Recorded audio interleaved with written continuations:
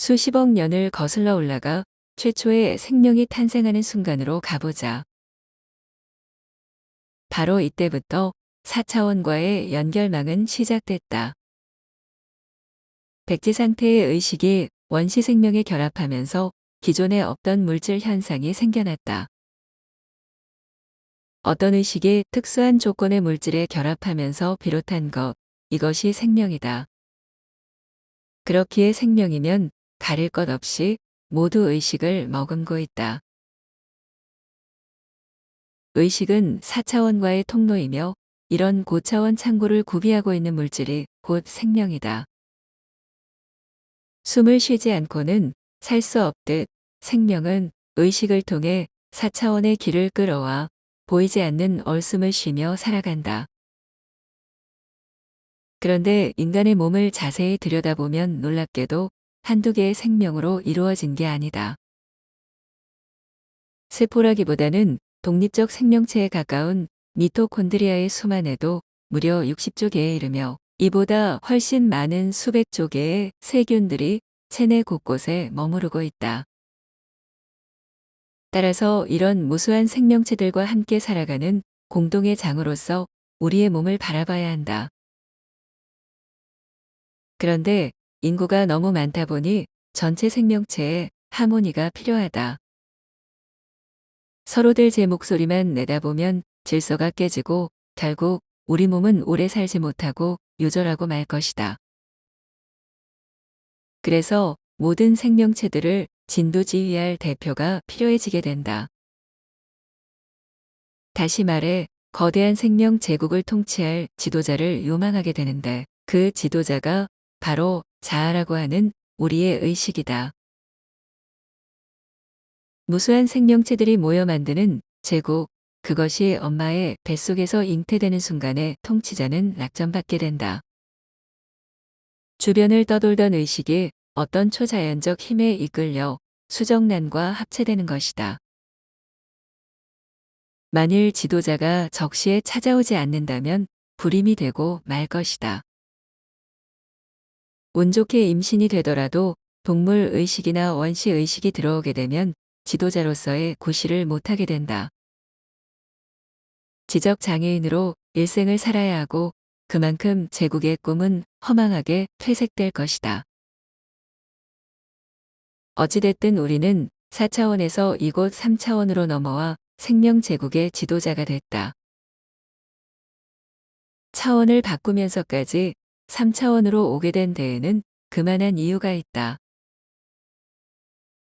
먼저 제국의 지도자들은 4차원에서 얼마 남지 않은 수명을 연장하는 혜택을 입는다.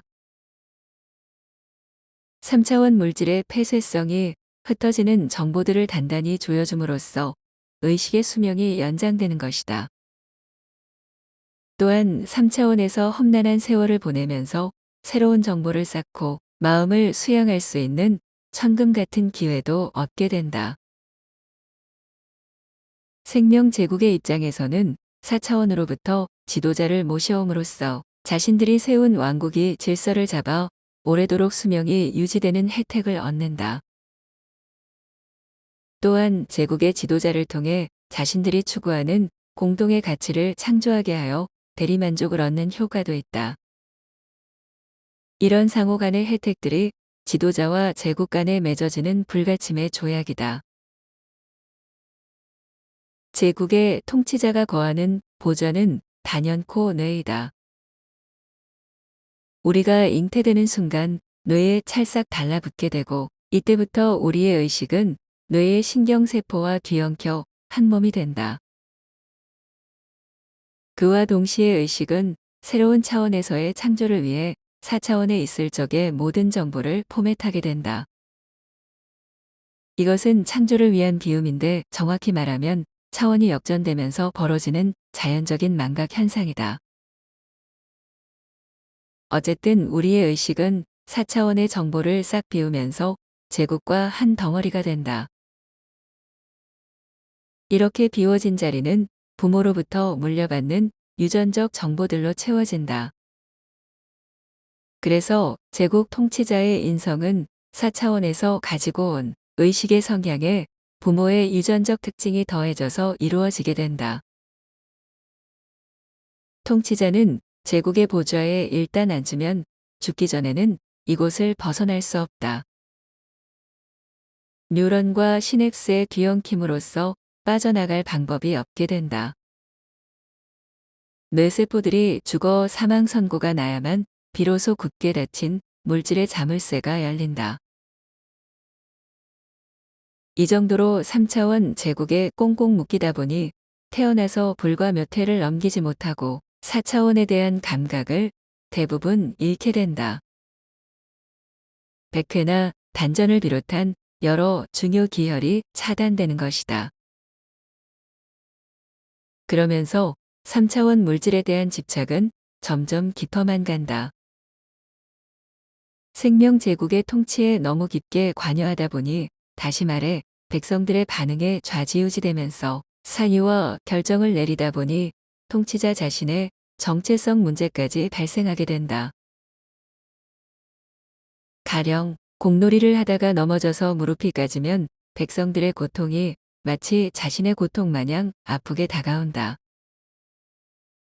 간혹 백성들이 먹을 것이 없어 굶주리기라도 하면 통치자는 성난 늑대처럼 남의 것을 탐하는 마음이 마구 일어난다.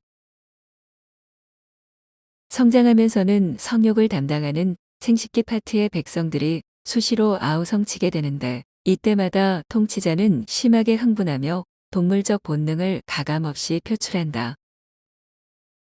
가끔씩 백성들의 요구가 도를 넘게 되면 통치자 또한 이성적 판단을 잃고 이런저런 사회적 무리를 일으키기도 한다.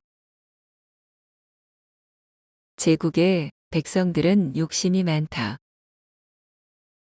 단순한 소유욕을 넘어 다른 제국을 지배하기를 바란다.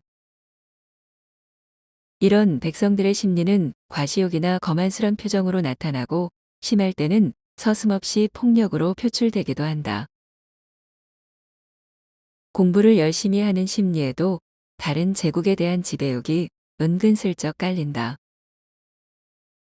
일을 열심히 하여 돈을 많이 벌려는 데에도 이런 지배 심리는 어김없이 작동한다.